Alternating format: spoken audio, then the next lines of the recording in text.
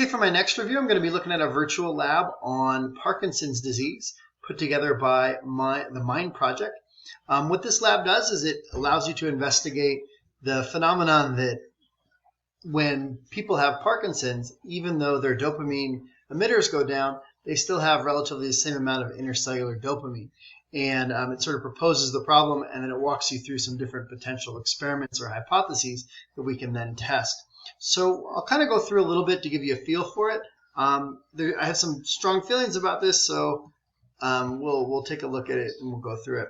So the lab is one of these ones where, again, it kind of walks you through every step of what a scientist's day might be like if they were going through this. There's all these little interfaces. There's the protocol interface, which I found really useful in walking through the lab. The Rad Atlas here gives you information about the rat, which is necessary later on. The clipboard here is where you write down your data, so that's good solid stuff.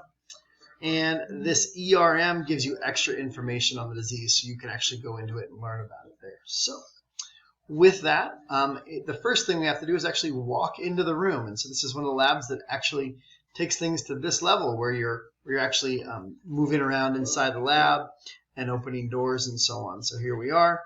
We can close this here and go into the neuroscience room. Authorized personnel only. And we start out in the computer room. So once we get into the computer room, I'm actually going to hide this little protocol thing. And we get to sit down in the chair and we click on our computer screen. And here it can walk us through all of these different bits of information. I'm not going to go through all of those. They're quizzes and all this stuff. There's good stuff here. And if a student were actually doing it, they would need to go through all of that stuff. Through all of the quizzes, we actually get to, this was really hard for me when I first started this.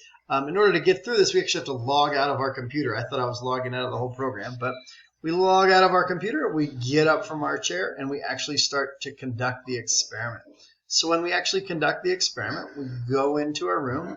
We get to put on our lab coat and gloves. There, click on our coat, click on our mask, click on our gloves, and then we go to the next station. And here, you go through this process of weighing a rat in order for it to pass out so we can go through our process. So just to give you an idea of the detail of this, here we have our rat, and what we have to do is go into the clipboard and enter the weight of the rat, or the mass of the rat.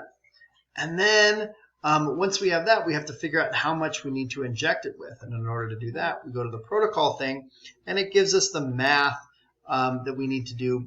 Using the rat's weight, we can use that to figure out how much of each thing we need. And so we got to enter those on the clipboard. And so it turns out this is 0.35 milliliters. And this, I believe, is 0.18 milliliters. We save that. And then, sure enough, we take our little rat, we move it over here. We take our syringe, we draw up the right amount. It rewards you with being able to inject the rat. And we inject the little guy. Put the syringe in the box. Do the same thing a second time. Draw up the second thing. And once again, inject the rat. And then we wait as the rat passes out and then go forward. So it's very much this step-by-step walk you through the entire process of what one would actually do to run this experiment on a mouse. And then from here, we actually do surgery. We cut into the rat's brain. Once you cut into the rat's brain, here, we'll go to the very beginning of that. Once we cut into the rat's brain, we insert electrodes, and there's an incredible amount of detail with all of this.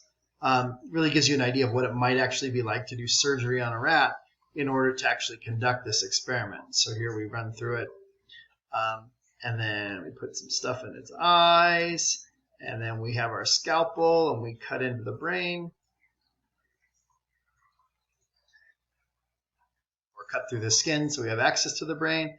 And then it goes into so much detail here where you actually use the Rad Atlas to figure out different parts of the brain, and then we drill in specific spots using these little knobs. And once you're done with that, you insert electrodes, and once you're done with the electrodes, you run the experiment, and it takes you out, and it shows you what the results of your experiment are. I'm not going to go through it a whole other time because I just went through it, and it took a nice long time. and it shows you the entire results of your experiment. This is a very unique kind of lab. I think it's really interesting because, to be honest, when you get to your conclusion, it just shows you a couple of graphs and it says, yeah, the conclusion is not supported by the data, so you got to go back and do it again. And you run through a whole other set of data and you do the same thing where you run the experiment on another rat and keep going. It's very, very good about for lack of another way of saying it, the doldrums of actually running an experiment. I don't know if it does a great job of experiment design and having the researcher come up with how you might actually run the experiment. I think that's a weaker part of this lab. But it really does get you an idea. It's like, I want to be a neuroscientist. All right, this is what it means. You're drilling holes in rat skulls. You're moving things around, and you got to get them just right. And it's all the fine measurements of being sort of a surgeon and a rat researcher, a neuroscientist. And so I do think it gets to a very unique part of science that we don't talk about very much, sort of the banality of trying to collect data. Where this would line up with the next generation science standards, I'm not quite sure. I think it'd be hard for my students to get really engaged in this. Little problems like how do you log out or how do I figure out exactly where the drill depth is are things that would be frustrating, I think, over time, where it's not quite as clear where you have to click in order to go to the next spot on the Oregon Trail, if you will.